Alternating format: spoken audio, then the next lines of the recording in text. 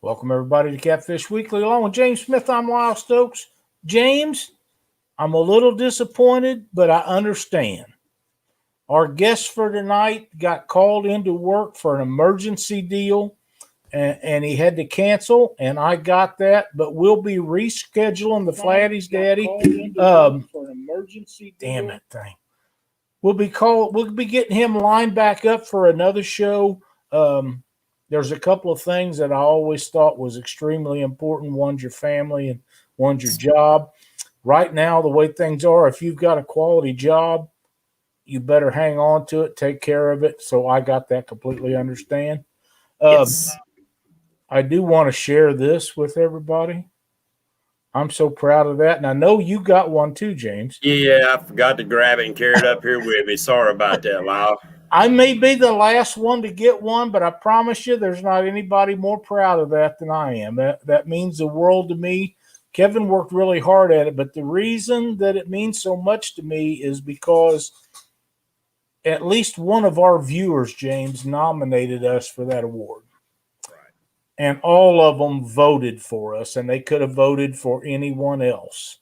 And the very fact that they chose us over all the rest of the qualified people means the absolute world to me. So thank you guys for everything. Thank you, Kevin, for putting on a show. We're going to work really hard this year to try to get back to that point, and hope you guys find in your hearts to elect us and nominate us and vote for us again, because we're going to work for it. Yes. And Lyle, you really, I'm glad to be a part of this, of Catfish Weekly. I really am. But you have been at this for a lot of years, and you've earned your place in this live stream show deal. And I'm honored to be here and be with you and support this show 100%.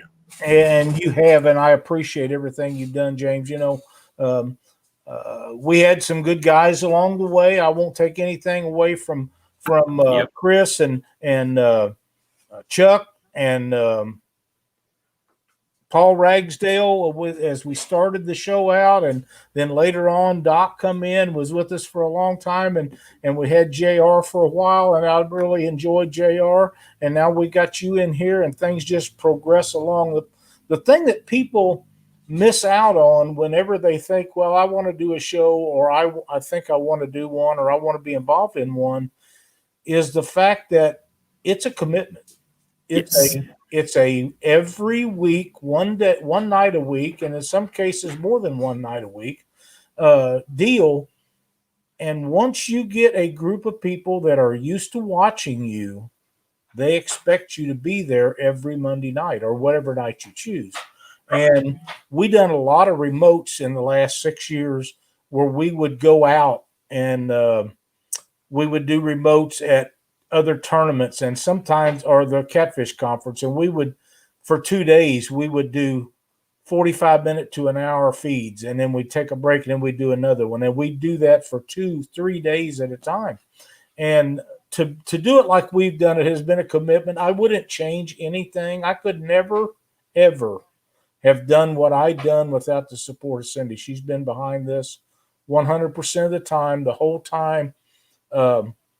Even when she probably shouldn't have been, when we probably ought to have been working harder at tournaments to do good in the tournaments, we was doing shows, and she never one time said anything. She was, you know, she just she knew how important the show was to me and to the people that watch it, and that meant the world. But now she don't sit here beside me and take names. She sits in the other room, and sometimes she writes them down, sometimes she don't. I always kind of wish that she'd been a bigger part of it, but maybe down the road she'll choose to do that.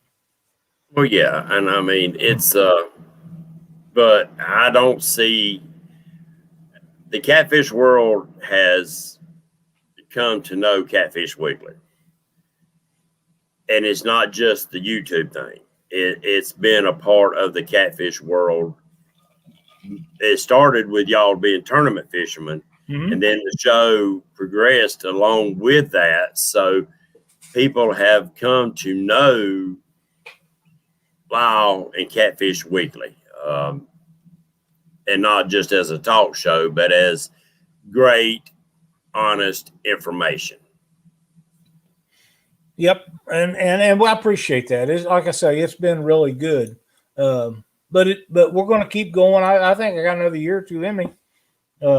If people keep watching, we'll see. If I don't, the show will go on. You're always going to be here. Yeah, so there we go. Cindy will prop you up like what was that? Besides the jukebox? I'm going to need a bottle of Crown with that jukebox. What do you say we talk about some of the great people that are watching our show tonight?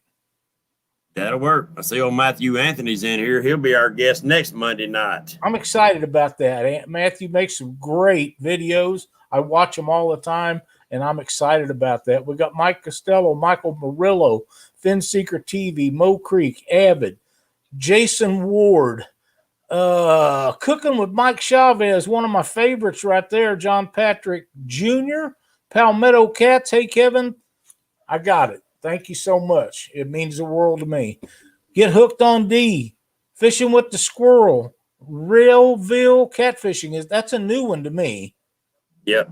Mike Costello, we said, Lacey, LG Bass, Anna Lakin, and One Over Outdoors. What else you got? Got Nebraska Wildcats, Pawpaw's in here, Skip Stewart's in the house, Mike Irvin, Parker Pursuits, Mo Creek, and we got a new one in here, Lyle. I just got turned on to this young lady. Where'd her name go? And I promise you, ma'am, if I butcher your name, please don't hunt me down and cut my throat. Sharina, keeping it real. She's got a young channel, and I think she jumped like 40 or 50 subscribers today. That's good. Is she the lady that was on yesterday that I watched? Yes. Yes, I enjoyed that very much. She was a little nervous when she started, but she got the rolling. She picked it up just like she's been doing her whole life. So, yeah, she done a great job. I enjoyed watching what of that I could. So, congratulations and welcome to the catfish industry. Yep. I see Muskrat's in here. Janice is in here. Turner Fishing, Big Mike. Wow, we got so many good people. We do. Anna Lake and One Over Outdoors, Leroy Honeycutt, Fishing with Big Mike, Mexicats, Fishing with the Squirrel, Glenn's Catfishing Adventures, Mad Catter, Get Hooked on D. We done that one. Mr. T-Bone. Mark with Catfish and Crappie, Mo Creek Fishing, Parker Pursuits. Has Life. I watched him on a live feed this morning. He done a really good job. Rob Wickstrom. I know Dockery's in here. I seen him a while ago. He's got a little problem with his foot. You guys might say a prayer for Katie, because he's going to be crabby the next few days, and she's all pick up something, beat him in the head, which I can't say that he probably doesn't deserve. Bill Wrights. Hey, Bill Wrights is in here. Welcome, Mark. Glad to see you in here. Zach Murray, Buckeye Catfisher, Christina Dunnigan. There's a fine young lady. Married to Josh, the weekend angler. Great to have you in here tonight, Christina. Two old vets, Maurice. I love that. That is one of my favorite names that comes through chat is Two Old Vets. I love that so much. And them guys do a bang-up job doing live shows on bank fishing. Yep, Kentucky Catman's in here. Mr. Jim, Peace City. Greenwood. Kelly Bullock. Kelly, I appreciate you talking up the floats a little while ago. It warms my heart to see people mentioning them. There's Buckeye in here. Didn't you tell me before the show started that Kelly had bought some of your floats? Yes. Outstanding. Yeah, it means the world. They talked it up, and everybody loves them pink ones. We got them pink floats, Lyle. I was hoping they was going to be the hot pink color, and they showed up as Barbie pink. And I told the wife, I said, I don't know if I could even give these pink ones away. Well, shoot, I sold out quicker than them than I did the green ones. Wow. I just seen a name went flying by here, and I missed it. I wanted to mention it, and I'll see if I can find it. There's Mike Costello, Chesapeake Bay. Green Mountain Outdoors. There's the weekend angler. Gosh darn it. Man, I wanted to, for something about Nebraska Wildcats, Green Mountain Outdoors, Green Motor Outdoors, Green Mountain Outdoors. I can't remember. There's Creo, but that's not who I wanted to mention. Collins, Ratfish 1000. Mike Sampson. Maybe he'll come through here again. There's Mike Sampson. Cody Tibbett. He bought some of those too. Good deal. Well, if I see it again, I'll get it. Like I say, I'm excited about this. I wanted to share this with everybody, and congratulations to everybody that won these awards, because for the same reason, you had to be nominated by somebody that watched your show, watched your videos. I don't consider them fans. I consider them viewers and friends of ours. They become our people that watch our show and us become very close friends. That's good to see. We've never met. Some of them we've never met. Some of them I've met several times and carry on, just like Dockery when Katie and him met us in Columbia the other day for some decals that they had made for us. And, COVID or no COVID, me and old James, we're going to get a hug. That's all there is to it. And that's the way life should be. He's very dear to my heart, as a lot of other people are. But, when we get together, we're going to have a good time, and we do. And that's the way it's supposed to be. And I expect other people are doing that too, whether everybody understands it or realizes it or not. We're going to keep doing it. Yes, sir. I say Junior Potter joined us in the house. That's awesome. Man, I'm way behind. That stuff's really flying by now. Holy moly. Yeah. But, maybe we ought to get on to some FP City Smitty. Yeah. That's another name I love terribly. I love it so much. Betty's in a couple crosses fishing. I call her Betty. She's Tall Betty. And Brandon, I'm sure, is in here. Country Boy Outdoors, Parker Pursuits. We want to get and Maurice is in here. We know Maurice is going to be here. Catmandu, that's one of my favorite names because I had my first boat that was my first boat, and the name of it was Catmandu. So I would have swore I just saw Catfish Bill. There he is, Catfish Bill 66. Been doing this a long time. So go. Jason Lamb. Bunch of good folks. Right now, James, we're at 117 folks watching the show.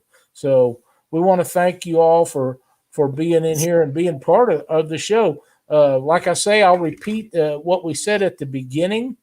We were scheduled to have a guest tonight, and they got called into some emergency work, and we will get him back on the show. That happens once in a while, but like I said, family and friends, your work's got to come first. So if you've got a job and it's a good job and it's important to you, which it damn sure better be in the times we're in now, you have to work. You got to work, and we will understand that here at Catfish Weekly. Right. James and I'll talk about something. We'll tell you something. We might even lie to you, but we're going to have a good time. I'll leave the line up to you. I'll leave the line up to you. Man. I was told one time there'll be no liars in heaven, so I'll try to leave that alone. No, there sure is on the bank of a fishing pond. Yeah. I know I ain't a perfect one in this world, far from it, but there's a few things I try to stick to just in case. Yeah, I hear you, man. I really do. Oh. Yeah, we're gonna tell some stories about some fishing and go on with some stuff and the 1 Ton Fishing Club has arrived. They have all the angry faces.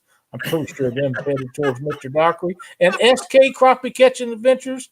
If you guys haven't checked this guy out, then check him out. And he's got some awesome videos where they catch a ton of crappie. But he's got some of my favorite videos where they catch some big old, huge bluegill. There's awesome shows. He does a real bang-up job doing them, presenting stuff, and he's real good about explaining how, why he does things. So be sure to check him out, as with all the rest of the shows we got in here. I'm reaching out to an old friend. I hadn't seen him in many a year, and see if he can get me into one of the. It's a pond. It's a private pond that used to we could fish, but now it's changed hands and they haven't allowed anybody to fish it. This pond is a shallow pond. You wouldn't think anything could live in it because it is shallow. It's a good sized lake. It's probably about 4 or 5, maybe 6 acres, but it's shallow. But it has some of the biggest old big bluegill in there you ever seen in your life. I'm talking about dinner plate size bluegill. And I'm trying to get back in there. I would love to take y'all along with me out there catching them big old son of a guns. Oh yeah, you got to do that. I'm talking about Lyle. The biggest one I've caught out there was 2.25 pounds. Oh my, that wide across the back. I can't put him on a hook for a flathead. I can't do it. I got to eat it. Oh, that son of a gun turned into a turd. All I can tell you. I mean, that's a giant. We got catfishing dreams in here. LG Bass, Buckeye Catfishing. Jason Blackburn has arrived, and Sunfish Assassin. Will they just keep piling in? James, right now we're at 130 viewers. Thank you, Has Life. I appreciate it so much for the $5 donation. That's awesome. I'll tell you what, James.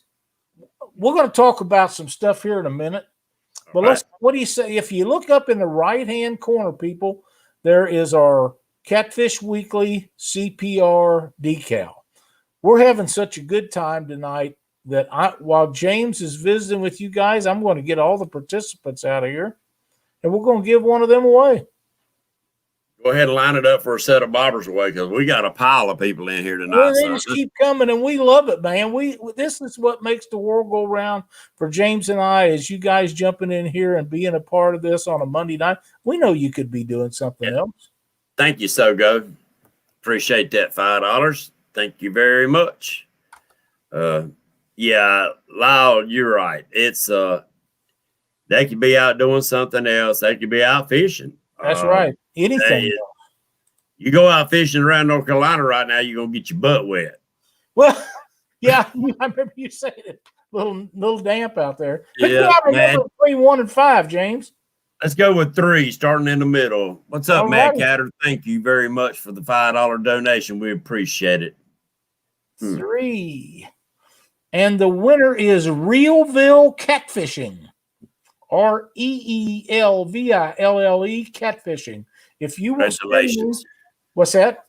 I just said congratulations. Absolutely. If you will send me your shipping address, just get on Catfish Weekly's YouTube or Facebook page and send me your messenger me your shipping address and tell me you won the decal, because Reelville Catfishing is not a name, so I'm not going to know who it is until you let me know that you won the first one, and then we will get that shipped right out to you. Thank you guys for all the donations. It means the world to us. It helps with buying the decals and shipping them out, and we're going to give stuff away regardless if we have to pay it out of our own pocket. It don't make any difference, but it makes it a little easier. And that's Mr. Doc Lane's in the house. Who's that? Mr. Doc Lane's in the house with us tonight. My old buddy, the doctor. The best there ever been. You can't ask for a better friend or a better fisherman to be in a boat with than the doctor. That's just the way it is. I do miss his end of the night. Tip of the week? Yeah, tip of the week. He had some dandies, don't he? Yeah, he did. I always said the guy that passed away with the most toys in his life was the winner. And I always planned on being the winner. But Doc's got more toys than I do, and I'm going to have to step up my game a little bit to keep up with him. Oh, Doc's educated on them toys too, ain't he? Yeah, he knows how to use them. I got some. I don't know how to use them. I just thought they was cool. Yeah. I'm still at the age of messing with the Tonky toys. I ain't too up on these new computer type toys. Doc said he called you and no answer. Well, Doc, I'm sorry, buddy. I apologize. Well, we guys can work that out. I know you guys need to get together for whatever reason, so need to make sure that happens. I would, before we get into too much stuff, I would like to say that I considered our show last Thursday night after the bait shop a success. We didn't get to do it on the face or on the Panfish Weekly YouTube channel, and the reason is I did not know that you had to set that up through StreamYard 48 hours in advance on your first one to get them done. I did not know that, so we done it on the Catfish Weekly YouTube page. That may have been why it was so successful. I don't know, but I want to thank everybody for watching. We had a great show, and please bear in mind that this Thursday night, Babe Winkleman himself will be on our show. He's our guest, and that should be a bang-up show. If you have ever casted a line or watched TV shows, you know who Babe Winkleman is, and the name itself speaks for itself. It's going to be a great show. I visited with him for over an hour last week, and he is just an outstanding guy to talk to and has such a passion and cares so much for the fishing world. It just means the world to us. Ray Smith, thank you so much. We appreciate it very much, Ray. Thank you. Yeah, I look forward to that show, Lyle, because like you said, he's been a staple of the fishing community for so many years that if you've ever picked up a rod and reel and watched TV, you know that name. Thank you, Sunfish Assassin. Yes, sir. Thank you. Well, you know what? He don't just fish for catfish. He don't just fish for bluegill. He fish for anything. If it swims, he's caught it. If he's caught it, his wife has fixed it for them to eat. Yes. I told him the other day, I said, raising my kids in a hunting and fishing environment like I did, I could set them down to a TV, and I considered it my kids growing up with his kids. Yeah. Because I watched his kids grow up the same as I watched mine. So, yeah, It ought to be a great show with Mr. Winkleman on there, and I hope everybody will come in Thursday night at 8 Central and 9 Eastern and watch that show with us. Panfish Weekly, we're going to have a great time. That rascal used to catch some of the biggest smallmouth. Yeah, I think he loves them.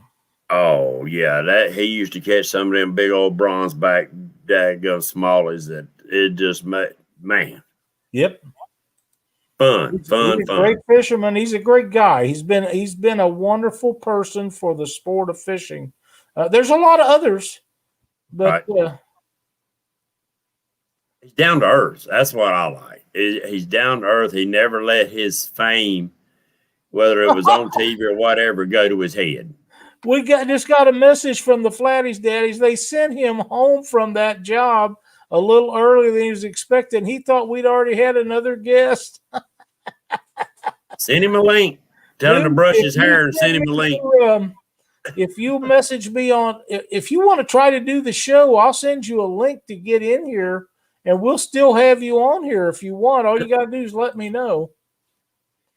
JBT. If you don't, I understand. But I mean, this is kind of late in the day, but we was kind of excited about having you on here. If you want to try to do it, we will sure enough send you a link. Oh, that's pretty wild. It is. But yeah, it's but Babe is, I hope that a lot of people, if you do grow up in the catfish world, whether you get in big tournaments and you start getting a big name, watch some of his shows, Lyle. Oh. You know yourself, you watched, he's down to earth. Absolutely. I don't care if he's made 5,000 videos or on 10,000 TV shows. What you see is what you get. That's right. And we're just going to kind of turn him loose, because when he gets on a roll talking, he's on a roll. And who is to interrupt a guy like that? So, oh, yeah. Yeah. Catfish regulators, Kevin Baker, skin and scales. All right. Anything else you want to talk about? I'm going to try to send him a link. Let's see if we can get it done. All right. If I can get him pulled up here on Messenger. Might be easier if he'd send me there he is. I didn't know if I'd find him or not, but we'll try it. Bill, I'd love to be able to go fishing, period, boy. I ain't had time to turn around with everything I got going on, but I appreciate the offer. Now, Flattie's daddies, when you get that link, You click on it and follow the instructions, and it'll bring you right in here. It's really, really not that hard to do. And if you've got any kind of signal, we're going to make this happen yet. I'm kind of excited about that. Yep. We got Flint Hill in here. David Martin's come in. We got quite a few. What's our numbers now? Mirador Arco. Right now we are at 126. We had more than that a while ago. Yeah, I had a few drop, but that's all right. We've had a few drop and a few come in. Yep, Outdoors the Haze. They come and go. Yeah. They come and go. Yeah, they're probably getting them a plate of food. They'll be back. You know, I had a pretty good plate of food a while ago, but I could probably go for some more. Cindy says I eat too much, drink too much. Everything I do is too much. But I drink too much of this coffee. Yeah, I just want to live my life and be happy. Yeah, that's all. Figure, Mark Clark. When they lay me on that cold slab, I don't want to look good. I want to come sliding in sideways. What a hell of a ride this has been. That's right. That's exactly right. I got a message yesterday from the Chad, and he sent me the picture of Dee and her big fish and wanted a decal of her 20-pound fish. Man, it was a great picture of Dee. It's on Catfish Weekly's Facebook page. If you get a chance, check it out. There's a ton of other people that have posted pictures of their big fish and stuff to get them decals. We're really, really happy about that. Hope you guys are enjoying them decals. And if you have a fish that was caught since the first day of January of this year, and you post it with the information on our Catfish Weekly group page, I will send you a decal for the pound fish that is, whether it be a 10, 20, 30, whatever it is, all the way up to 100. We don't have any 100-pound stickers. If you get one of them, we'll have one made for you.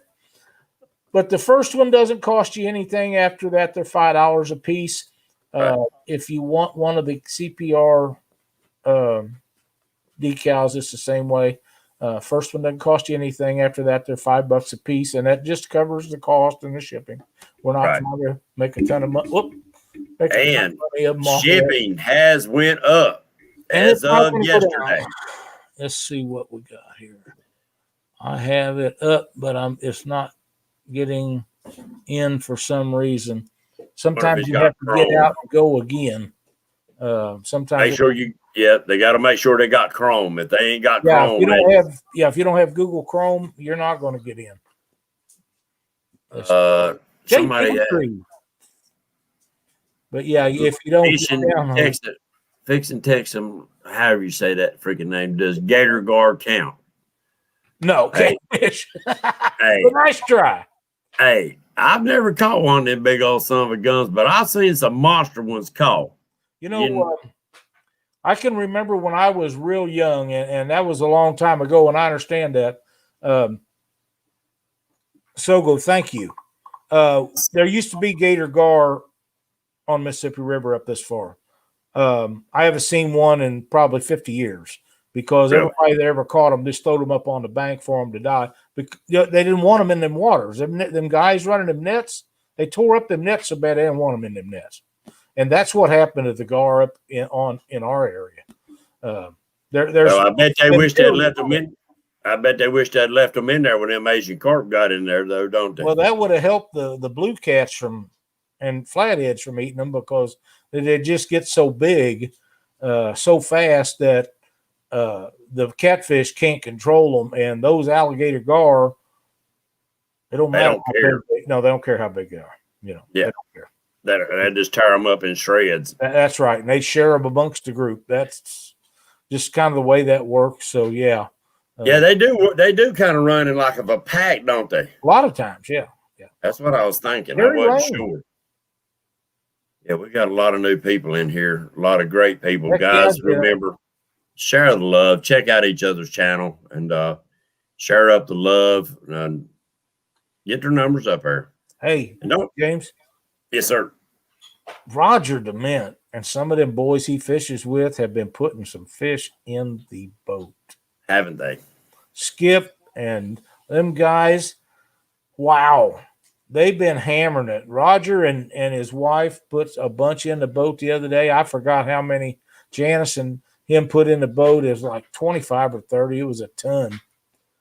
Can I have the dates for Mendota, please? I'll have to go get them. If you'll hang on, I know that Catfish and Crappie Mark is in here, and he knows them off the top of his head, and I do not remember them, Katie, but I think we can get Mark to post those dates for Mendota. It'd be awesome if you could show up there. It's going to be a lot of fun. Big catfish. Big channel cat. 13th through the 16th. I knew somebody would know. Oh, yeah. A lot of people excited about going up there. Oh, there is, and it's going to be a blast. I wish you could make it. There's going to be a ton of people that watch our show and follow our show that's going to be up there. So it's going to be a lot of fun. We're going to have a great time up there. Yeah, maybe next year I can fly out there and ride up with somebody or whatever. I'd have to fly up. That's too far for me to travel. I just can't make that long a trip. Yep. We'll get to the point where you can fly in some place where it's on our way up there, and we'll just load you up and take you with us. Sound like a winner to me. I don't care if you can throw me out on the bank. I'll bank fish. I don't care. Oh, I just want to catch me one of them big. I'd love to break my PB a 16-pound channel, and it ain't gonna happen around here no more. Right. Looky here. The Flattie has arrived. You have to turn your mic on, my friend. There you go. We're getting close. We're really close to having you on here. I don't know why he can't get no microphone. No, it ain't that. No, it ain't that. It's probably the settings on your phone itself. Most likely, yeah. If you're using a phone, it's probably your settings on the phone. Yeah. Go to your settings and check your mic. But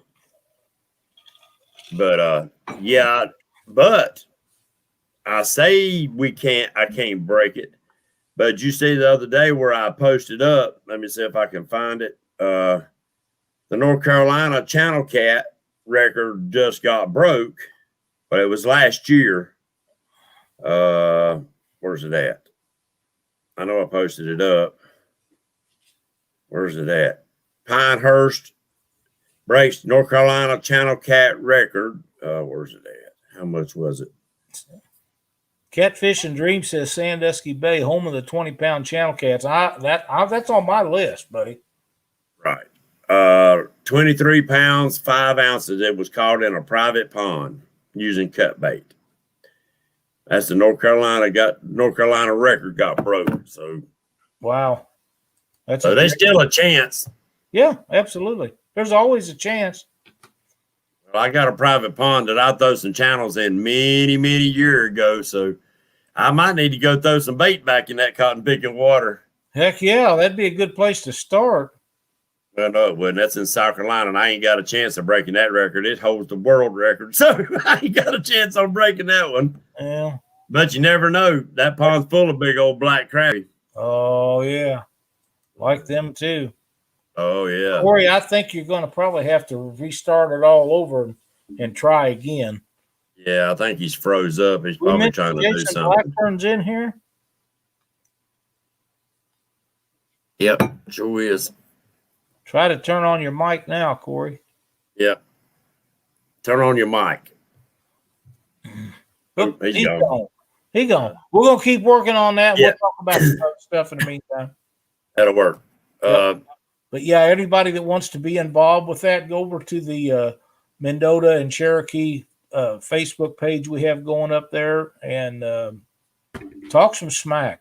There's going to be a ton of people that's going up there, and I'm excited that Katie wants to go. That'll be a good place for everybody to meet her and get things going. It's going to be the time of the year we're going to be using bluegill and chunks about an inch so square for bait. And it's right before them big old channel cat go on the nest. So you're going to be fishing in 2 or 3 foot of water. And then babies get up on that tail and walk like a bass. They're going to be all over the place. It'll be something like you've never seen before. And the greatest part about it is you probably won't catch anything really, really small. For the most part, you're gonna have to catch big ones because the little ones won't be up there where we're gonna be fishing. Screen's changing behind you. It's actually kind of fuzzy. Really? Mike, Yeah. you're correct. And I do have that set up, but we're going to have to get that out for people. But he was called into work and he didn't think he was going to be here. Had I had known that he was home, we'd have done a test run before and got everything all set up. But the way it worked out, let me see if I can fix that.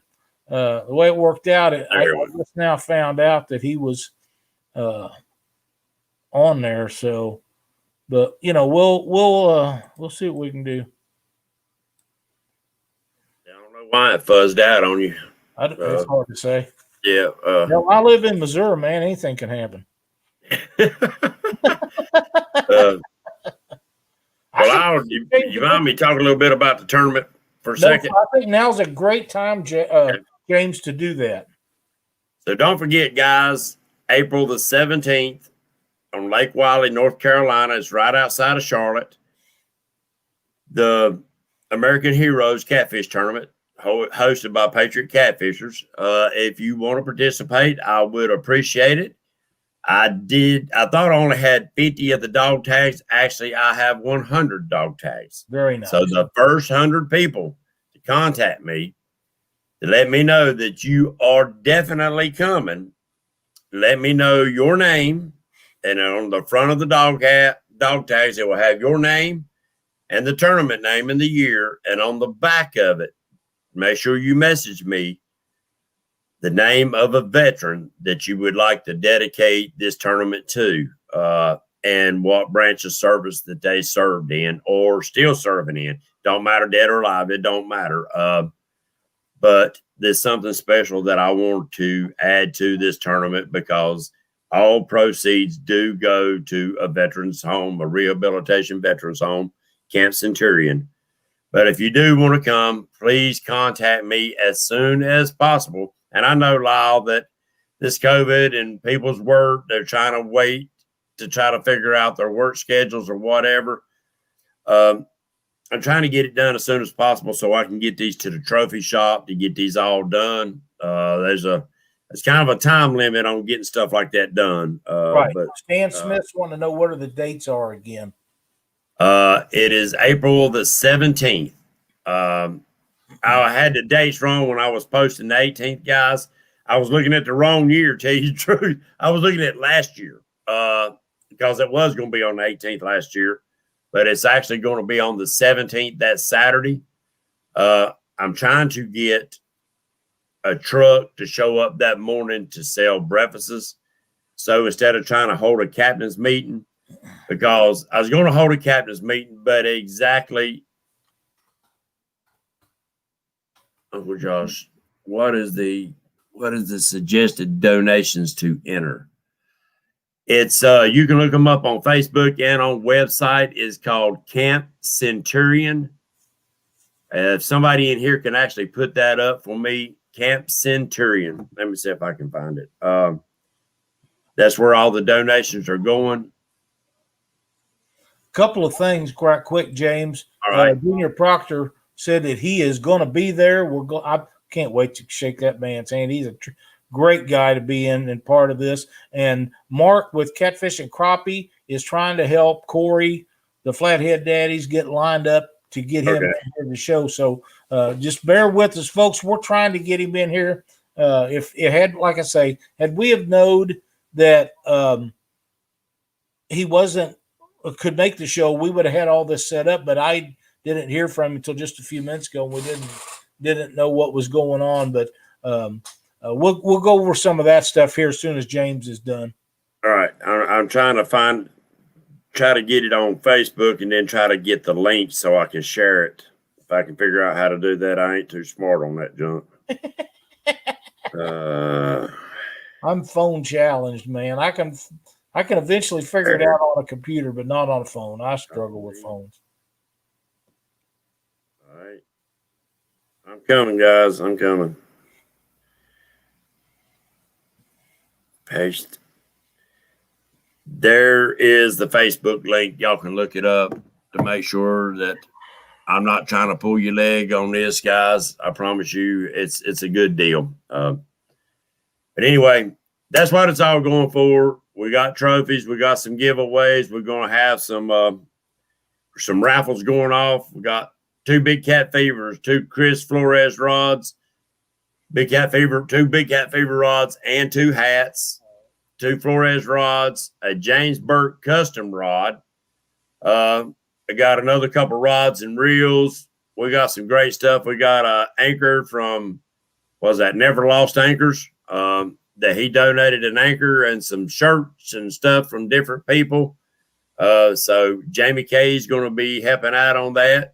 Bass Shack from Shelby, North Carolina is going to be donating some stuff or some gift certificates to use in their store. But either way, it's going to be great to have all y'all to help support our veterans. To me, Absolutely. It's close and dear to my heart. So Yeah, I hope all of you can make it. The ones that can't, I totally understand. But if you can't make it, I'd appreciate you trying to help out through their Facebook page or their other page. Absolutely. And it's them veterans is something that should be close to all of our hearts. Really should. Thank you, Lyle, for letting me say that old Catfish. Hey, there is no problem with that. Man, somebody posted up a video. How we doing now, Cory? Can you guys hear me now? We got you. There you go. All right. Oh, man. Sorry, I'm a little illiterate with these things here. Oh, man. You had some good help, though. Yes. I did. Thank you, Mark. We got a little bit of a lag, so we'll try not to talk over each other. It's great to have you on the show tonight, and I hope your work deal got all taken care of, because I never expected you to come in and say, hey, they sent me home. I really did. Yeah, they changed plans like the 12th hour. I was up there for a couple days, and they completely changed plans on what they were going to do, so they sent me home. So wow. Yeah. Well, we're glad to have you on the show with us. Maybe you could tell us about some of your equipment that you use to catch those big fish. And I know your name is Flattie Daddies, but you've been kicking some big blues down now. Well, I got to do what I can. The flatheads stopped biting around here, so yeah. I got to travel to get into those blues. I hear you. So, yeah. So where exactly all do you fish at, and tell us a little bit about how the areas that you fish. Okay, so yeah, I'm out of Pennsylvania, central Pennsylvania. So my main river is the Susquehanna River, and I fish from Harrisburg all the way down almost to the Maryland border for flatheads. It's a real rocky river. It goes from real shallow to real deep. You never really know what you're going to get into until you explore the river. And then once fall and winter comes in, then I go down to the Potomac, and that's where I catch all my blue cats. So that's a short rundown of it. I also fish the Schuylkill every once in a while. You guys still hear me all right? You bet. Yeah, we got you. Yep. Trying to find somebody. I thought somebody asked a question. Go ahead, Lyle. So on when are you guiding most of the time in the summertime then? No, I don't have a guide license or anything. Okay. I take some buddies out from time to time, and the channel's called the Flattie Daddies. There's another one, like we're a team. He just doesn't get out as much as me with his work schedule and his wife's work schedule. He just can't get out as much. My brother-in-law Chad, he does all the tournaments and fishes as much as he can with me. So you're just basically doing videos of catching flathead catfish. I try. I hear you. I've seen some of them. I know you catch them, and they're great. They're great videos, and those are great big fish. Right now, in your area, like it is in mine, you're probably not going to catch any flatheads for a few months. They're not taking a siesta from us. But you've been knocking out some big old blues, and I mean giant blues. How much is the transition from the way you catch flatheads to what you have to do to put those big blues in the boat? I'd say the biggest difference is bait. You know, we don't really have a good way of catching gizzard shad up our way. So it's all, you know, sunfish and fall fish, creek chubs, that kind of stuff. So you're out there with rod and reel catching them. Down there on the Potomac, you know, they allow, in the Virginia waters, they allow gill netting and cast netting and all that. So you can actually get into gizzard shad, and that's what they want. Gizzard shad, carp, all that stuff. Right. So that's the biggest change. I mean, I use all the same tackle, more rods because there's no rod limit down there. But yeah, there's not a whole lot of difference for me, other than, you know, where I'm fishing, the structure I'm targeting, the you know, the depths. Other than that, there's not a whole lot of difference. I see. That's one, you know, you mentioned the no rod limit. That's something that I wish of all the things that the government is involved in, that they have no business being in, from an angler situation and somebody that used to fish a bunch of tournaments, I would like to see them make it a standard across the board in every state where in our state, it's 3. In other places, it's 2. Where you guys are at, it's unlimited. Hit something in the middle. Say, okay, that's the way it's going to be everywhere, so that it's a, you know, you guys, man, you got that Potomac River is a heck of a fishery, and it's blue cats. Well, for me, being a tournament guy, if you're going to win most tournaments, now not all of them, but the high percentage of the tournaments, you better be able to put blue cats in a boat. Mm-hmm. And yeah, and they, you know, we do tournaments down there, and it's amazing what these people bring in. I mean, it's a 2 fish weigh-in, and right, you know, you get 100-some pounds of 2 fish. It's amazing. If you can't catch 100 pounds on 2 fish out there, you're probably not going to be in the money. Yeah, well, especially in November when they're really turned on. Yep. Yeah, you're not going to be in the money there. So. That's exactly right. I've been watching those guys out there for years, and James, that's one of the greatest blue cat fisheries in the United States out there. And I know they got flatheads and channels too, but they got the blues, and I like blues, but I like them all, you know. Oh yeah, yeah. That Potomac is a hidden gem. It really is. That you know, the James River gets all the attention, but that Potomac, man, it has the monsters in it, and it's definitely underrated. I agree 100%. I see Epic Catfish has made it into the show, but absolutely, yeah, it's a great fishery. Now, it's not as well known for flatheads, but you don't seem to have a problem finding them. Well, my flatheads come from the Susquehanna, so they're on the Potomac. Usually above the tidal mark is where most people find them, but I haven't really fished that for flatheads, but they do pull them out of there. Is that going to be something that you're going to look at in the future? Yeah, because it's not that far away. I could get into flatheads probably within an hour and a half from my house on the Potomac. So if you look at it, most of my flathead spots are an hour and a half away anyway. So it's not that bad. It's just new water, you know. It can be a little scary sometimes, but you got to jump into it. I agree. That's one of the things that made tournament catfishing so exciting, is you never was in the same place 2 weekends in a row. You know, he's always going someplace else. James, you got any questions for Cory? Well, that's just, you know, that's the way I look at it, is hunting them new places. But like he's talking about, them places that are not well known to hold them, but yet you know they're there. Them are hidden gems. Them are, you know, I've heard so many people talk about, oh, I want to go to this big lake to catch these big fish. Well, back when I largemouth fished, I wanted to go to the farm ponds. That's where them hidden gems were, them big old farm ponds for largemouth and other stuff like that.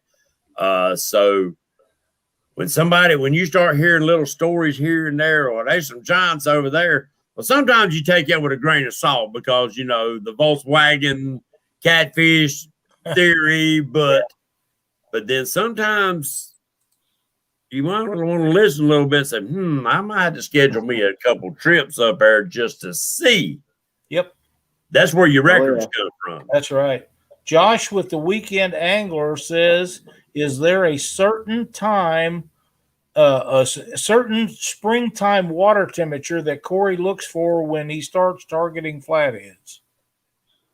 You know, I always say the magic number is around 50. I hear a lot of people say that, but anywhere right around 50 degrees is when I seem to start getting into them. But I just go by the month, you know, end of March and April, I just start targeting them again because I know there's a chance to get into them.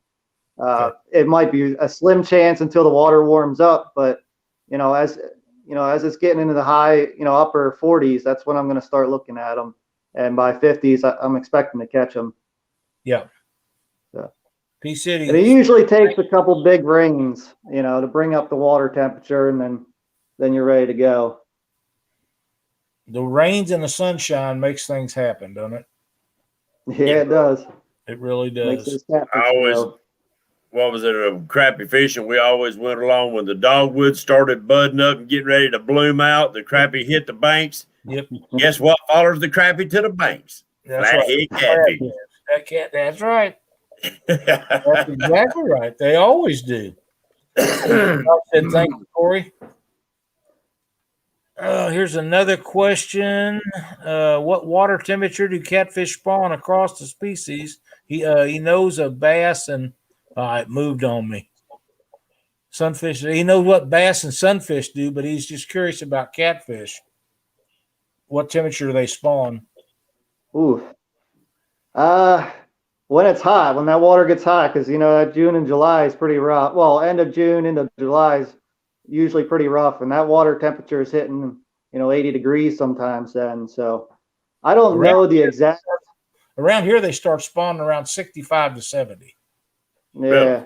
So yeah. I don't know the exact temperature. I just know, I kind of go off of months, and I'm starting to hone in on temperatures, but I haven't quite got there yet, and I just know come July you're going to be hard pressed to catch a flathead, a big flathead around our area. Yeah.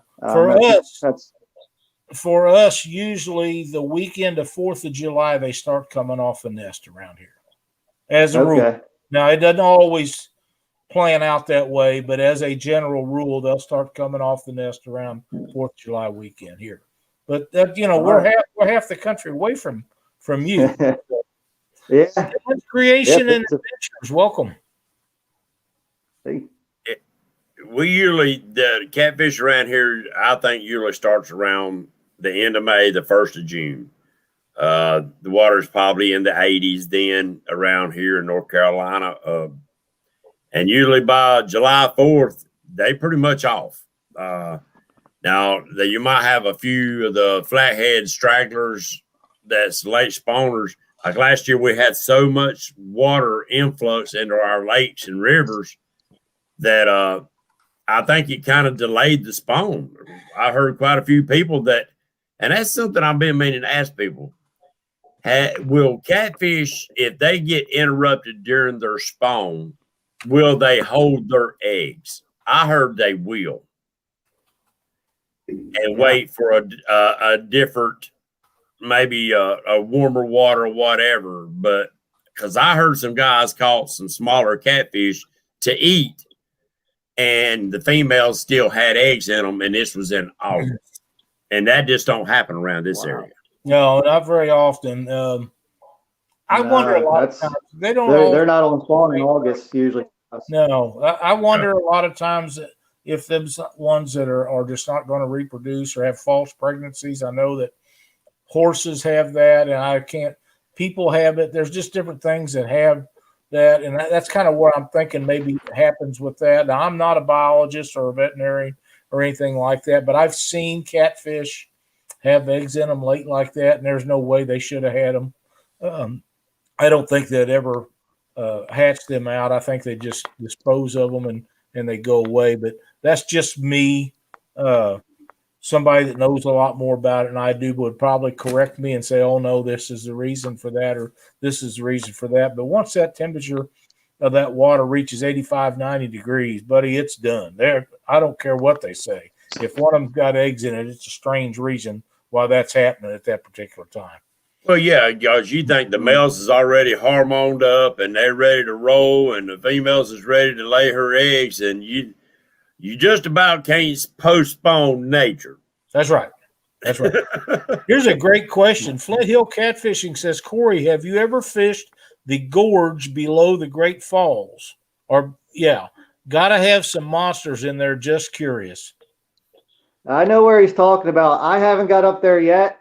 From what I understand, it's kind of hard to get up there with a boat. And, you know, I usually drag my boat down there. So I haven't got up there yet, but I bet there's some people in this stream that have fished up there. They could definitely give you some advice on that. But yeah, I haven't myself got up there. But I think that's about where you start running in the flatheads. That's right at the end of the tidal line. I would say, trying to say you need a jet boat to get up in that area. And I have one, but yeah, I don't know if I'm ready to try that area yet. You have a jet boat? Yeah, jet outboard. Oh, yeah. Okay. For some reason, one of those big fans on the back of the boats, the first thing come to my mind, they said that I forgot about jet outboard. That's something that's on my bucket list, is to get on one of them at some point. I want to ride on one of them. I think that'd just be awesome. They're a blast. It's amazing what they can go over. My buddy's dad had one when we were growing up, and it had a 454 on the back and some kind of rock-proof bottom, and he'd just ride up over rocks, laughing as loud as he could. That sounds pretty good time to me.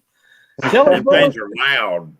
Kelly Bullock says, Cory, can you target flatheads from the bank, and what can you use to target them? What do you use to target them?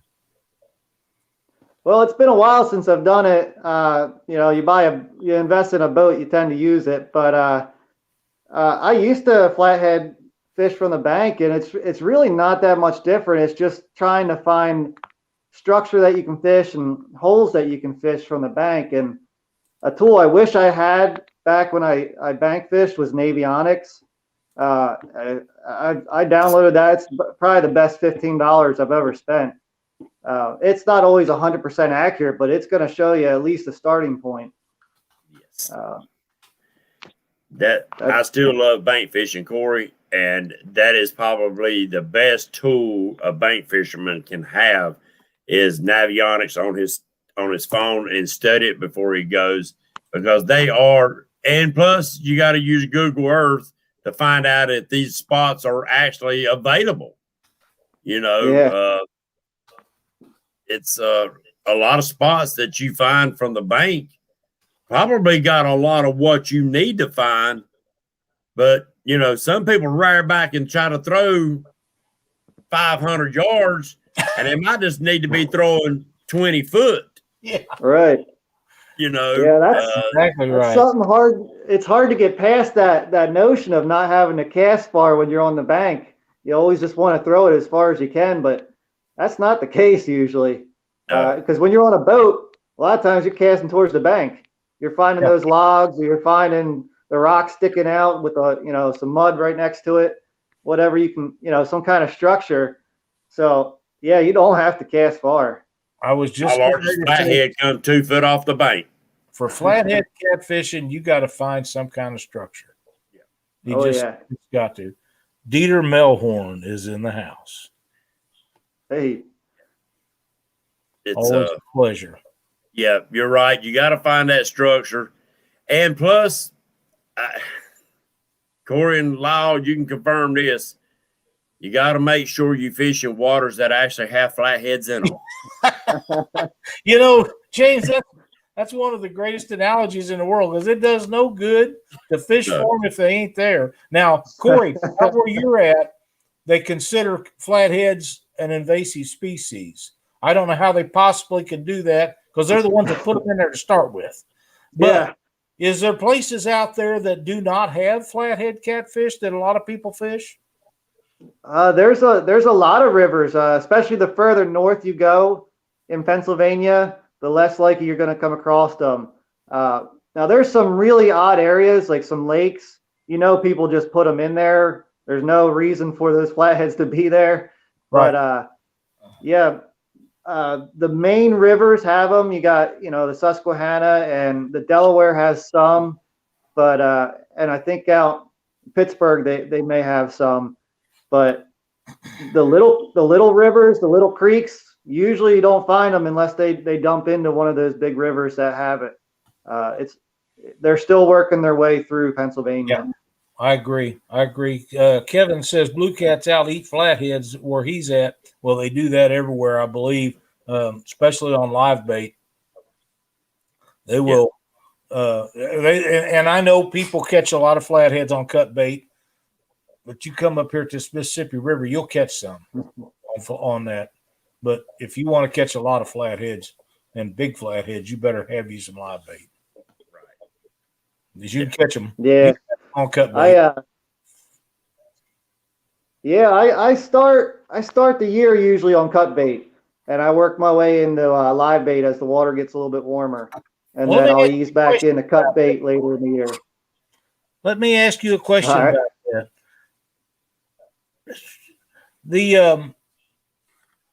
Is it just me, or does cut bait for flathead catfish work better in colder water? As the water warms up, it seems to me like they want the live bait more, and then as the water cools back off, you can go ahead and start catching them again pretty hot and heavy on cut bait. And that also stands true to night fishing. I've caught a lot more of them on cut bait at night than I ever did in the daytime, but I've caught flathead catfish on live bait a lot in the daytime. Oh yeah, that makes sense. As far as night and day, I haven't really noticed a whole lot of difference, but definitely water temperature. They like the cut bait more in the colder temps for some reason. I don't know if they're more lethargic, or maybe they I don't know what it is, but definitely, come late July and August, that's when I'm using my live bait. I usually have one out that's cut, but it's usually live fall fish or bluegill or something like that at that point. Welcome, Jason DeRoshi. Welcome to the show. They just had a tournament on Wiley Saturday night, and they were still catching some good flatheads Saturday night on Wiley. Good flatheads. Well, you know what the water temperature is out there? About 48. That's just about right. That's about 48. Still be going now. If you don't get colder water than that all winter, you probably catch them all winter. Well, past couple of years has been weird. Like last year, me and Wampuscat's catching them fish up in 2 foot of water at the end of January. I'm sorry. Dieter says, come on, Lyle, strawberry jello chicken breast makes flatheads wake up and feed in 39-degree water. I couldn't help myself.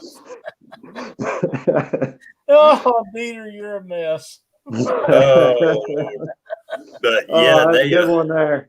That was good. But now Wiley's weird. We actually catch more blues on live bait than flatheads. The flatheads on Wiley won't cut bait. You'll catch them on live bait once in a while, but you're more apt to catch a blue on live bait than you are a flathead on Wiley for some reason. Now go figure. Wow. I don't have a clue. Well, and I catch blues on live bait, but not like I do flatheads. Right. And I don't understand that. Again, we're half the nation apart from each other, and I realize things are different. You guys are how far apart north to south, but still, a flathead is a flathead and a blue is a blue, but there's a lot of difference and a lot of things that change as we fish for them in different areas of the United States. And I think a lot to do whether it's a river or a lake. Absolutely. Yeah, definitely. And I think tidal rivers, if it's tidal, I think that changes the way they act too. And we don't have tidal water in Missouri, I promise you. There's no tidal water here. So for me, that tidal water is something that I want to see. I want to see how it works, how you guys figure out when the tide's coming in, when it's going out. Are the fish going to bite on it as it's coming in? Are the fish going to bite when it's going out? Are they going to bite during slack time? We don't have any of that to worry about. So that's extremely interesting to me when I get out there and to have somebody show me the tricks and how that works, because I know everybody out there, they know. Yeah, you really got to figure out that tide and how to set up your lines too, because you'll be set up, and all of a sudden your boat just swings. It just starts drifting the other way, and all your lines are coming back towards your boat, and you really got to realize what's going on. That's for sure. And Mike knowing how to Greenwell, fish slack tide. The slack tide's the worst time to fish, and it can be very slack tide's aggravating. the worst. In my opinion, some people really like it, but I struggle with slack tide. I see. They like that current. Mike Greenwell says, Lyle, how do you keep the boat still long enough to catch flatheads? Mike, it's hard to do when I got that bumping rod in my hand. But if I don't have it in my hand, I'm pretty good with that anchor. Yeah. The only time that we see kind of a tidal effect is when they shut the dam off and all of a sudden the lake starts filling up and you get that same backwards flow as the lake's filling back up. First time it happened to me, I thought, well, I know I catch that cotton picking thing that way, and now my boat's moved a little bit and it's down here. But you see that the lake is starting to fill back up and all the flow's coming backwards. I thought, but the further down your lake, the wider the part of the lake, you don't feel that as much. But if you're up into more of the river section of it, you get that backwards flow. It ain't quite like a reverse on your tidal waters, but I don't know if it'll shut them down or not. Throw you through a loop, that's for sure.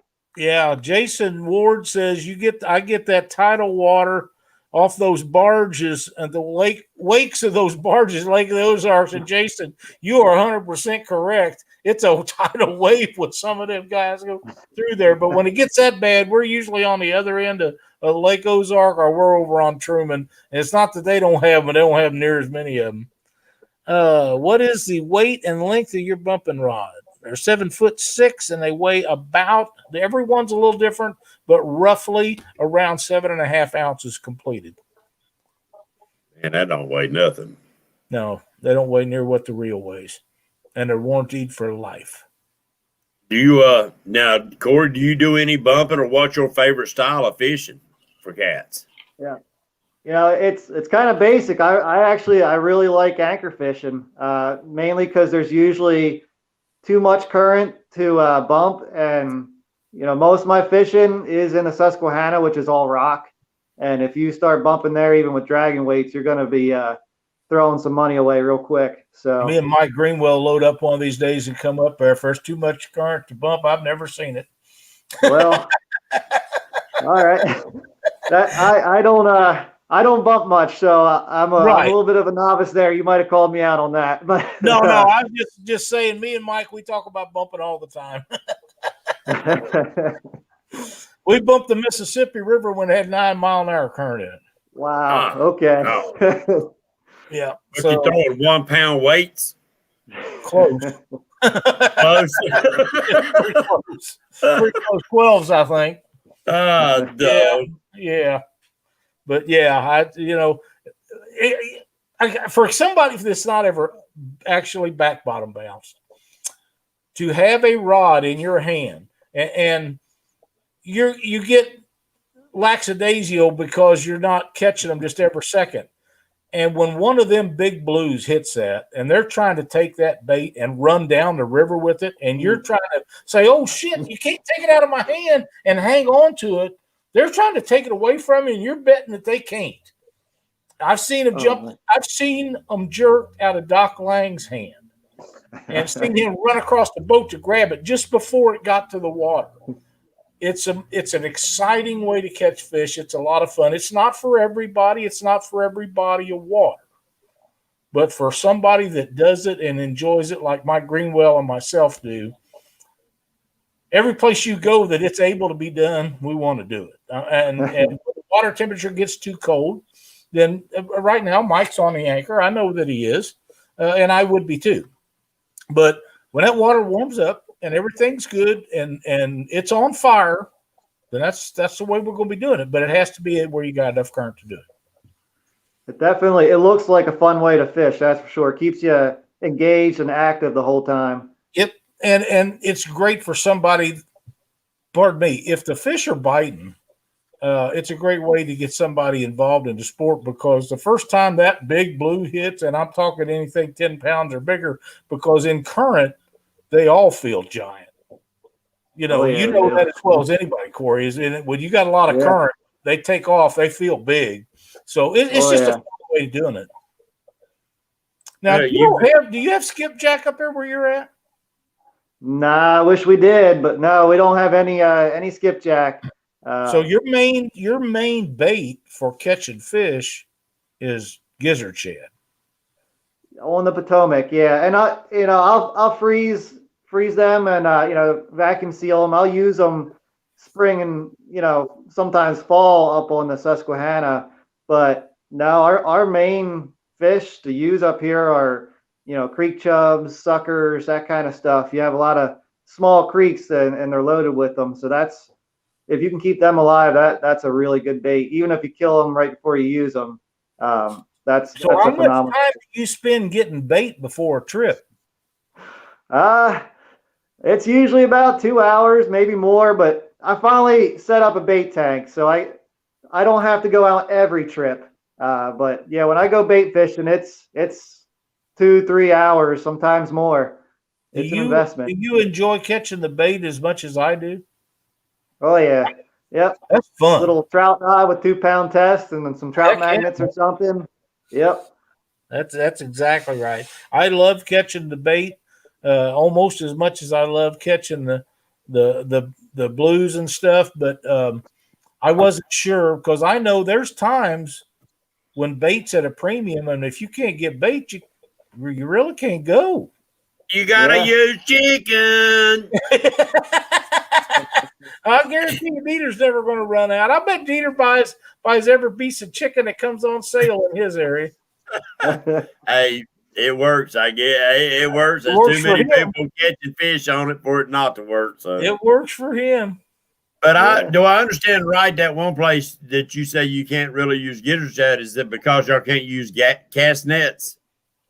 Yeah, there's no good way to catch them in Pennsylvania. There's 4 or 5 lakes, maybe more, that you can get a special permit just for that lake that you can use a cast net, but none of them are real convenient to me. It's kind of a money thing, got to pay for each permit. Are you in the area where you can use the nets like Mike Chavez does, gill nets to catch shad? When I go down the Potomac, in the Virginia waters, you're allowed to use gill nets there. Virginia allows it, but Maryland does not. And you really got to know where you're at, because if you're on the wrong side of the buoy, you can get nailed. So, well, do you do that? Use gill net shad? That makes great video content. I know I'm not telling you how to make your videos by no means, but I'll stop watching a video if somebody says, "Hey, Mike is out there catching bait with it," because I like to watch that, because we're not allowed to do it in Missouri at all. And I think that's a cool way to catch bait. And it seems to me like guys that use those gill nets for shad, they always get 4 or 5 of them great big bastards that I can't never find. Ever. Yeah, that's all I ever catch are the real big ones. I think they're the only ones that get stuck because the size hole of the net. I never catch anything small. It's always, they look like something you could catch on rod and reel. So them are giants, man. They really are, and that makes for, like I say, you may consider that B-roll. To me, that would be A+, because anybody that can get a shad that long, that's a video all to itself, because we just don't get them that often around here.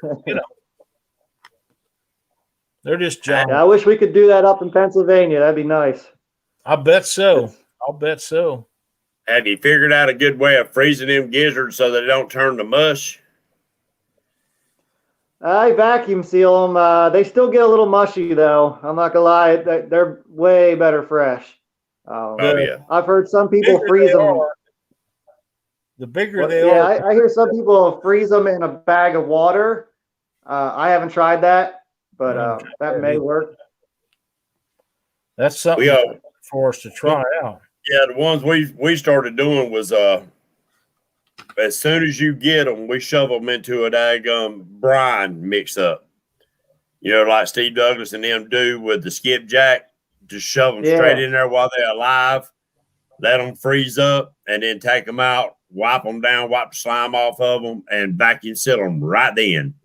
And so far, it's still, that works pretty good, better than what we normally have done. So when I go to Jamie K's down there, Lyle, that's what I'll do. I'll carry my brine mixture already ready. And when he pulls them out of the tank, I'll shove them straight into that brine and let them. And then time I get home, you know, an hour ride, they're ready to do. They're ready to fix up and freeze. And so far, I've done pretty good like that. That keeps the freezer burn off of them. And I guess the oxygen in the freezer burn is what really turns them to mush faster. But yeah, I think so. Oh, okay. I got Papa Ed had left a message, and it was sent to me in Facebook. The action on those are heavy, just so you know. You was wanting to know if they's medium heavy or extra heavy, and they are a heavy. The bumping rods, they're heavy action.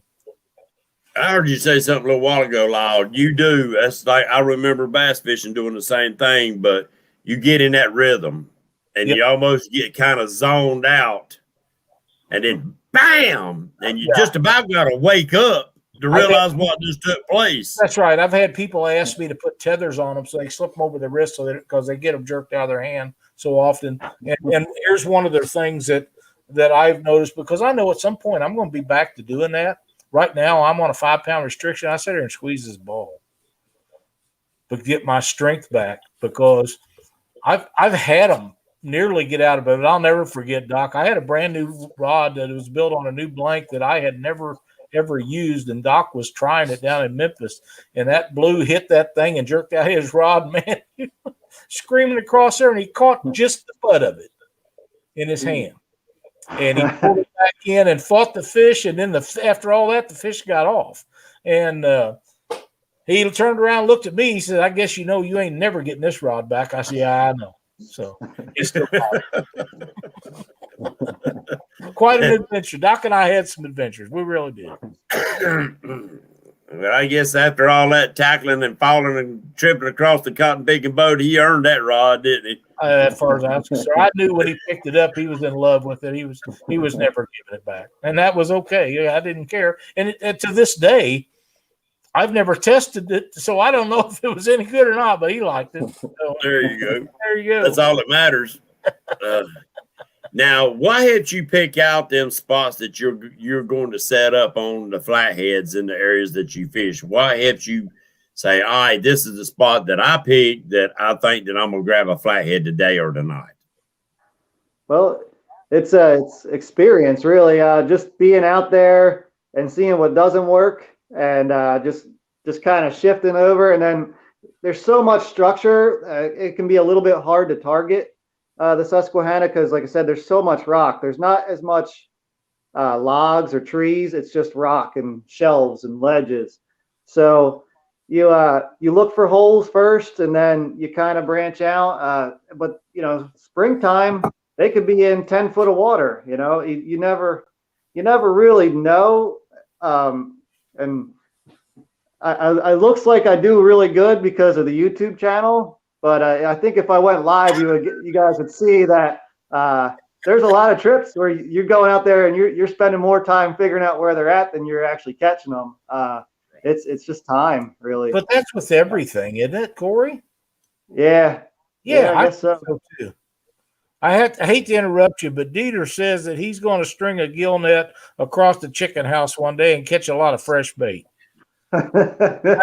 I just can't pass them lines like that up, man. When he comes up with one of them, I got to share that with everybody. Cory, to me, the chasing the flathead catfish is more of a hunt than it is a fishing trip. To me, it is. Yeah, that's for sure. Because what worked one day isn't going to work the next day. You could do everything exactly the same conditions, and they're just not there, or they're not biting. You gotta try deeper, you gotta try shallower, find current, or find a different type of structure. It's just, you're constantly evolving what you're using. Right. So yeah, that's I made up my mind when I got back into catfishing that I was going to be a head hunter.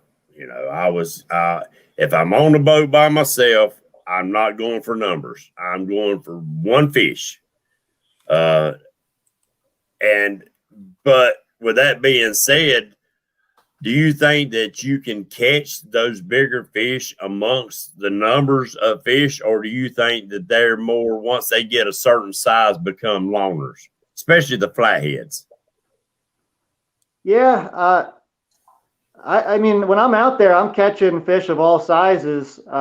It's just sometimes some nights you're out there and you only catch big fish, and I don't know what's going on, if they scared away the little fish or what's going on. And then other times you find them mixed in with each other. You catch 5-pounder right next to a 30-pounder, you know? So it seems haphazard and different times of the year. Like spring, I really get into the big fish. I don't know if the small fish just aren't feeding yet, but it seems like spring, the big fish are really feeding more. And then as it warms up, you start getting a whole bunch of different types of sizes. Right. Now, are they feeding more than they are even in the fall? Yeah, this year for sure. I don't know what was. It was like something was in the water. They were all hungry. Okay. But yeah, fall was good. You know, I had a good fall, and usually my falls are the better time of year. But this year, it was phenomenal in the spring. So. And I think it has to do with the rain. We didn't get much rain at all this year, and I think a lot of people were like that. The river was really shallow, but in the spring we had a lot of current. You know, we had all that the spring rains that we had, and you could find current anywhere, and I don't know, they were all feeding in there. But as the summer months came along, man, you had to go up along dams or something like that to find current, and you just had to shift into fishing a little bit deeper, or, you know, different patterns. So way cool. I have a request from James Dockery. I think it's because Dieter Melhorn, so I will share that. Thank you, Ernie Brown. I hope she enjoys her floats. That he said they got them today, and she's opening them right now. And I hope He had bought some floats, Lyle, and you remember last week Chrissy won a set. Absolutely. So she wanted a set of pink ones, and I sent them to her. He said then she can leave his alone. Heck yeah. Now, Cory, do you ever fish with floats up there? Yeah, I'll do like the Sandy Cooper rig. I'll do that, but I've never actually fished like underneath a big like bobber style float. I don't haven't got into that. It looks like it's a really cool technique, and looks like a lot of people are really getting into it lately.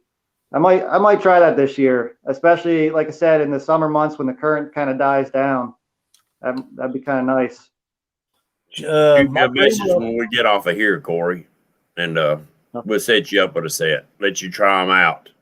Mike Greenwell says, I forgot to tell me that he got to meet Jason Mathena in January 16th. Well, Mike Greenwell, you met one of the greats in the industry, because there's not too many people that's better quality fisherman than Jason Mathena, and a better guy in general. He's a prince of a man, and his mother's a saint. She really is. Sorry, if I forget, if I don't do stuff when I see it, then I forget about it, and they're gone. With this chat, I understand that. We're still got 100 folks in chat. So I didn't yet, huh? Yeah, well, Cory, the floats, as far as floats, it don't matter whose floats you use. It's just another tool in your toolbox.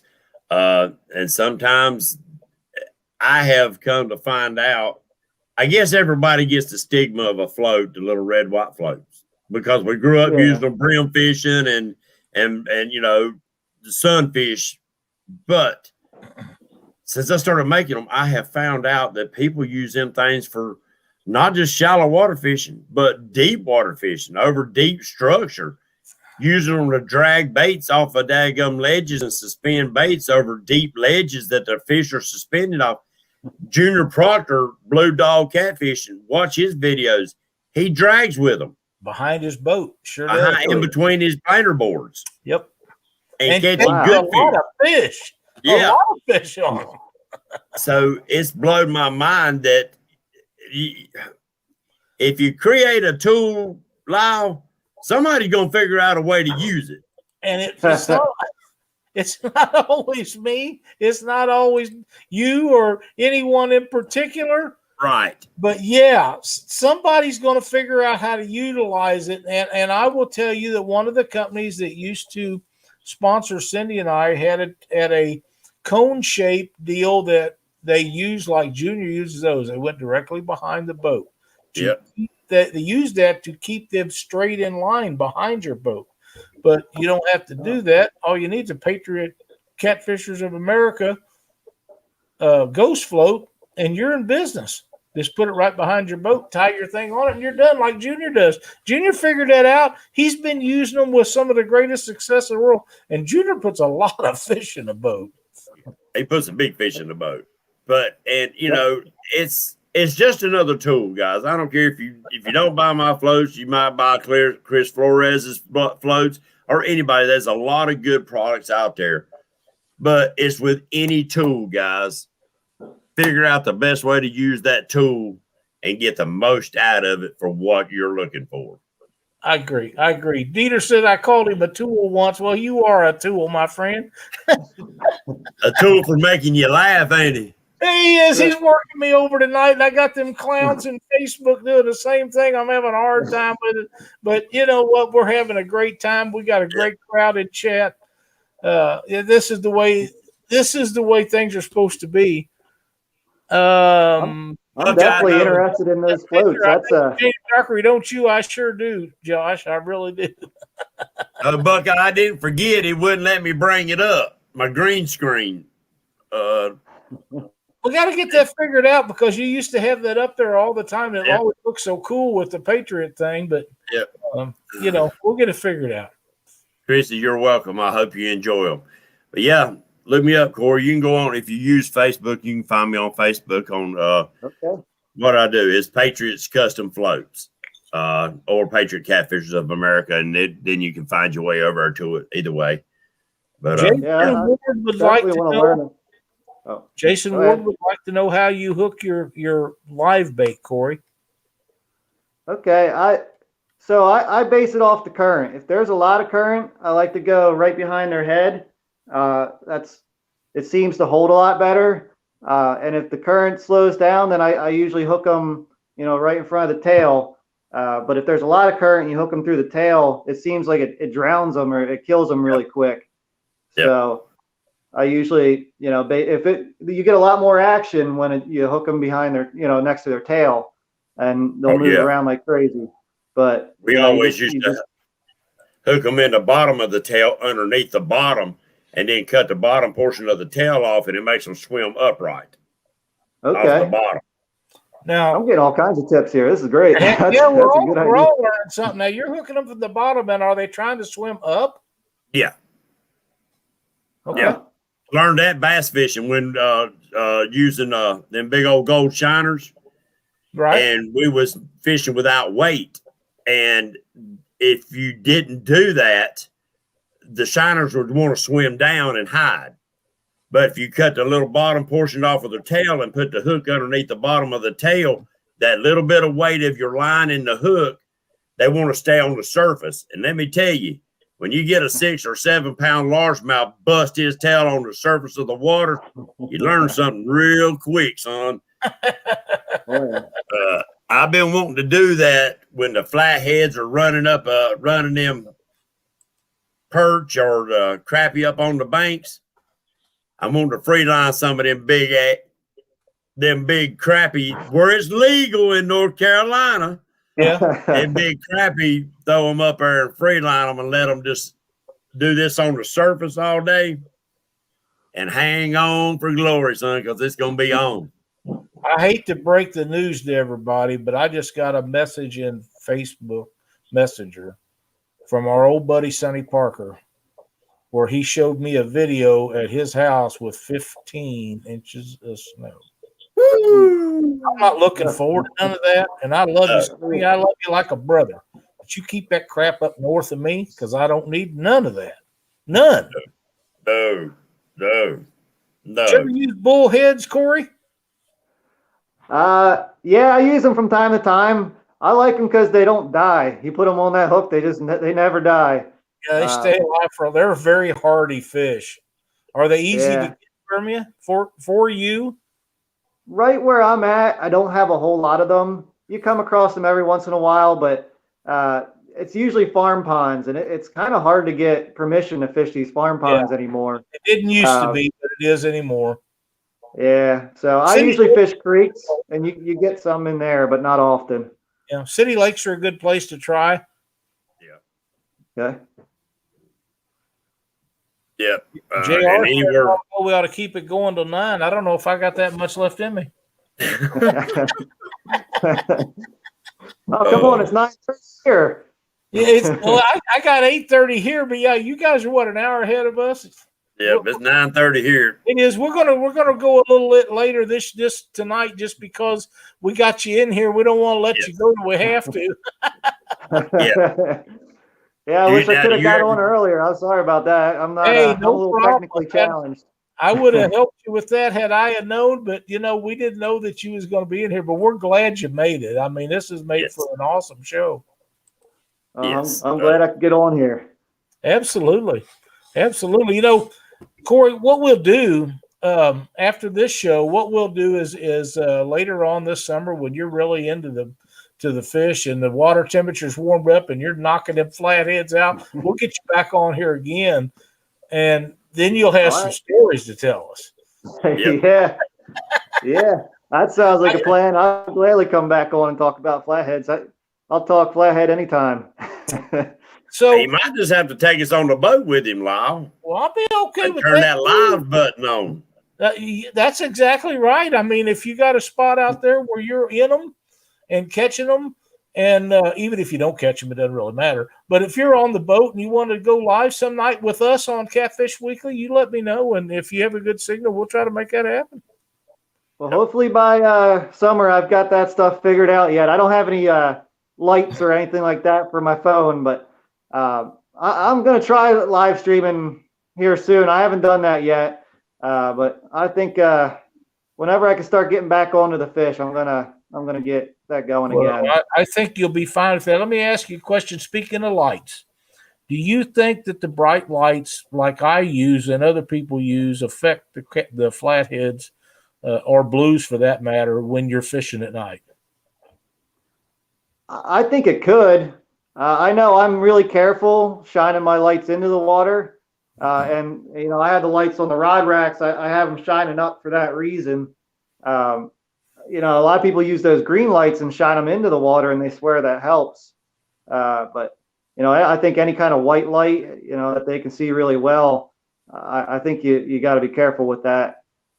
I have lights on a paint pole, 2 of them crisscross, so they don't have shadows, and I got 2 that goes across the back of the enclosure, and you can read a book in my book. And we've never had a problem catching blues and stuff, but I never tried it on flatheads. So I was just something that I thought I would run by you and get your opinion on, because we haven't tried it. Now we may try it this year, but then again, the biggest flathead I ever caught was caught below the Clarksville Dam one night. Cindy and I was down there about 2:00 in the morning, and it took off, and it's like daytime down there at night because barge traffic that goes through there, and it didn't bother that old girl. Boy, she took off and running.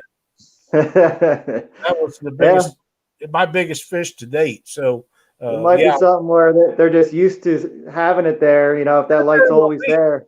Because below that structure and the wall where the barges go through up next to the dam itself, there's all kinds of crap that's washed up in there, and them flatheads love to lay up in there. If you got the patience to fight them out, and bluegill about that long, just when your line is cast up ahead of your boat to that, and you turn around and look, and it's headed out the back, she's done took it and hooked up and gone. And in a matter of about 3 or 4 seconds, that happened. So I knew business was fixing to pick up. Cindy and I was out there, and we had a heck of a night that night. That's always awesome when you look down and you see your line moving. Before the rod even starts bending, you just see that line going up river. So you're like, all right, we're about to get a takedown here. That's right. What action of rods and stuff do you use? You use heavy, lights, mediums? I use the medium heavies. I use the B&M's Silver Cat Elites. That's, I got into the Silver Cat Magnums. They were my first real catfish rod, and I really liked them. And they came out with those Elites, and they're real bright. It's real easy to see them at night. And I picked up one, and I love the action. And I've got 4 of them now, and hopefully I end up having 6 one day. But they're really nice rods. They're fun with channel cats all the way up to the big 50-pounders and stuff. Well, and that's the thing. A lot of people want a universal rod. And for me personally, I have channel cat rods. I have rods that I specifically blue catfish with, bump with, and I have flathead rods. But if you want a universal rod, about as close as you get to medium heavy action, and light or a medium to medium heavy power range, and people don't understand the action is the first third from the tip back, and the power rating is the second 2/3 of the rod down to the handle. And some people want them to bend all the way through the handle, other people don't, and it's all personal preference. They can say what they want, but what suits me may not suit James, may not suit you, and what you guys use may not suit me. That's why I have so many different ones, because I want to do different things with mine. Yeah, and it comes down to where you're fishing too. If you're fishing a lake, you may not need as much weight, so you don't have to sling 6 to 10 ounces of weight. So those heavier rods come in handy when you got all that and the big baits and everything. And the rods that have that parabolic bend, it's all the way bend to the handle. They are fun for your smaller fish, and that's what I use. I use a cheap rod, and I've also got the Burke rods. Now, I love the action of them Burke rods. I really do. But when it comes to the smaller fish, I'd rather grab that cheaper rod, and I have a blast with it. Now, will I have the control that I need with a 40+ pound fish? I doubt it. If he wants to go to the anchor rope, they probably ain't much I'm going to be able to do with that cheaper rod. With it. With that being said, it's not every day that you're going to go out and catch 40+ pound fish. You hope to. Yeah. Here's a great comment. Epic Catfishing says, known fact in my boat, there's no shining light into the water while flathead fishing downstream. Thank you, Creole. And I fished with old men for years, and old Wampus Cat's daddy. They'd beat you with a freaking stick if you carried that lantern or anything down there next to the daggum water, buddy. No light at the water. He'd beat you with a freaking stick. I think I told you guys the story of me playing in the water when my mom and brother was fishing in there. Mom got tired of me playing in the water at the pond, tied me to the gate post. I got all afternoon. Sure did. JR says the red light won't affect them. Yep. And I believe that. And let me tell you, the red light, I learned when I had them crazy lights on that old pontoon that changed colors and stuff. Put them red lights on, the bugs don't bother you nowhere near as bad. Sounds to me like I need a clip-on red light to put over the lenses on them lights I got, because I like to be able to see. When you get to be my age, that's something that's very precious to you, and you want to be able to see everything that's happening. And plus, it don't give you night vision as bad. And now you might look like the floozy house coming down the daggum water with all them red lights on there, but, who cares? Jason Ward says he took some spankings for making noise in the boat. Back in those days, if you're the age I think you are, Jason, that there was no carpet about them boats, and everything you touched made noise. Yes. Oh, Keith Smart, welcome to the show. Haven't seen you in here tonight, but I'm glad you made it. And you're right. Yeah, me too. Yeah, it's Epic, you're right. Flatheads are very different than other kinds of fish. And I really believe, like the one that I caught at the dam, that fish probably it may not live there its whole life, but it stays there an awful lot. And ones that are in the brush pile down by you, Cory, they're probably in the area, those areas quite a lot. But none of them stay there 100% of the time. They go out and find feed, but you know, each one of them's a different thing in a different area. They're used to being in the dark, then you better fish them in the dark. If they're used to being in the light, it probably doesn't matter there as much. New School said it right. Next time you use the beam and bait fish on the bank, shine the light in the water, and you will watch the fish scatter. If the bait scatters, so will the flatheads. That's great information right there, JR. Great And information. it's a fact. I've seen them do it. Yeah, I have too. Yeah. But if you're around docks that are lit 24 all the time, They're not. and you throw that light in there, it don't bother them. So I think it's location, location, location. I think he's right on with that. Yeah, that's definitely true. Yeah. But now David Martin just remind me. Remember the night That's he right. was on here? Exactly. He had lights out. And what did he do? He caught a flathead. He caught a with the flathead. lights He sure did. So go figure. Just when you think you got the catfish figured out, he throws that mess out the freaking window and say, "Here we are." Here's a great one. Prosperity Catfishing says, Lyle, did the one at the dam have a big VW on his head? And no, sir, it did not. It did not. But That's like the David, one we're all looking for, though. you got that right. David said he believes that what it was is he's fished for a while, his lights was on, and the fish done got used to him sitting there with the lights on. But he believes that if you all of a sudden turn the light on, then it's going to affect. But if you just sat there for a while, anchored up for a while, then your small bait fish are going to trickle back in, and then he's going to say, ha, ha, ha, easy pickings. I think it's also a depth factor, too. If you're fishing shallow, you really got to be careful. You're fishing 35 foot of water. I agree with that. Yeah, he was up shallow off a point. 35, 40 foot of water off a drop off or a ledge or something. In the Mississippi, now up here on the lake, you can see down in that long ways. But you get on that old muddy Mississippi and Missouri River, I don't think you can see very far down in it. And that's why I never worried about red hooks. In fact, the only time I ever tried them, I tried them one night. Cindy and I was in a tournament. I had 2 bites all night. A guy talked me into buying those and never got either fish to the boat. I bought 2 packages of them. One of them ended up in the bottom of the river, and the other sitting over here. When I tore my boat apart to redo a bunch of stuff on it, I found them. And they're no worse for the wear other than the package looks kind of raunchy. But I never tried them, and I will never use them again, because you get 2 bites and you lose both of them halfway the boat. That ain't no hook for me. When I hook up, I want it to stay buttoned up. So I think the color is just a gimmick, in my opinion. It sells. It's hooking the purchaser, not the fish. Like us gold miners say, they're mining the miners. There you go. There you go. And there's a lot of stuff like that, and that's okay. It's just not for me. I want something that works in and out, and I keep track of a percentage of hookups on hooks. And that's why I stick with what I stick with. Oh, Lyle, you got to admit it. You got a whole collection of pet rocks over there on the shelf. Pet rocks. I got a collection of reels. Not as many as I used to have. I did get rid of some, though.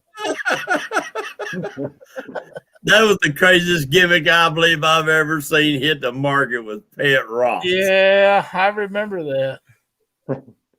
That was before my time, but I definitely heard about that pet rock before. Then again, we have a chia pet sitting on our counter right now, so that's not a whole lot. There you go. I don't see any more questions. Cory, thank you so much for being a part of our show tonight. I know it was a struggle for you to come in here late like it was, but we had such a great time with you, and we want to back on here. When we can do that thing in the summer, when you're on fish and they're biting and you've got a place where you think you have a signal, you get a hold of us and we're going to make that happen. That'll be a great show. Okay, yeah, I'm looking forward to it. Thank you guys for having me on here, and sorry for the late entrance there and the technical You know what? difficulties. It But was I had a worth the blast. wait. It was worth the wait. We've had a ball with you on here, and thank you so much for being a part of it. Good night, JR. And coming in and trying so hard, and I'm glad Mark helped you get that straightened out. I believe it was Mark that did, and Yeah.